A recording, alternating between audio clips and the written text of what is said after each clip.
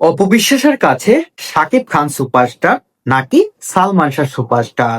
সেই প্রশ্নে অপবিশ্বাস বলেন, সালমান শাহ, যার সাথে আমি কোনো সিনেমায় অভিনয় করিনি, তার সম্বন্ধে আমি ভালোভাবে এখনো কোনো কিছু জানি না। তাহলে আমি কিভাবে বলবো সে একজন সুপারস্টার?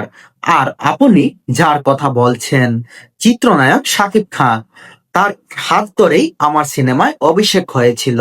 এরপর তার হাত দিয়েই আমি ৭০-টিরও বেশি সিনেমায় অভিনয় করেছি। বর্তমানে শাকিব খান যে পর্যায়ে আছেন, সেটা বাংলাদেশ ইন্ডাস্ট্রির একটা নরমাল জায়গা নয়। সে বর্তমানে গ্লোবাল স্টারে পরিণত হয়েছে। আপনি দেখেন, শাকিব খানের জনপ্রিয়তা শুধু বাংলাদেশের মধ্যে বর্তমানে সীমাবদ্ধ নয়।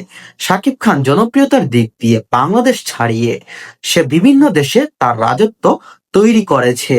তাই আমার দেখা, আমার চোখে শাকিব খানের উপরে বাংলাদেশের ইতিহাসে এখন আর সিনেমার জগতে কোনো সুপারস্টার আমি দেখিনি। আর আরো একটা কথা বলেন, শাকিব খানের কোন দিকটা অপবিশ্বাসের খুব বেশি ভালো লাগে?